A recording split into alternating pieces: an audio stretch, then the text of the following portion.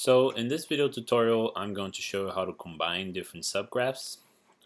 So once you upload a model and parse it by subsystems, you have all these different ones, but you might want to combine them in different ways. So you can add reactions from other components, but you might want to do that in a more efficient manner. So for example, we can say here, go to the glycolysis graph, and we're going to make a central carbon metabolism graph. So down here in subgraph manipulations, we're going to say join subgraph, and it loads this window.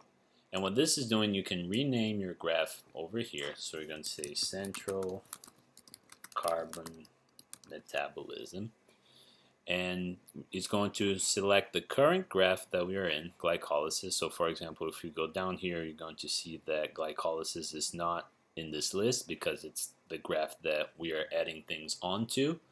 And we're going to select citric acid cycle, and we're going to select also pentose phosphate pathway. All the way down here, you have this join similar metabolites. So what this is doing is, for example, nodes that show up in multiple subgraphs like hydrogen, ATP, and so on. If you click this, it's going to join those nodes from all the different subgraphs. If you leave this unclicked, it's just going to bring separate copies of those nodes. So here we're going to select that click.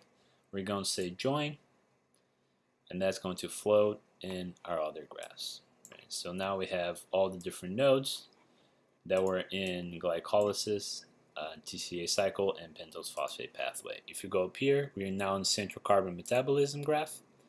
We can see that our citric acid cycle map is no longer there. We can see that our pentose phosphate pathway is also no longer there. Right, so this is how you combine graphs. And once you do that, you can rename it if you change your mind. Rename central carbon metabolism.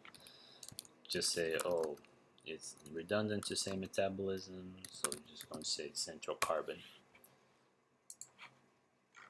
And now you have renamed your graph. Right? So this is how you can combine subgraphs once they have been loaded.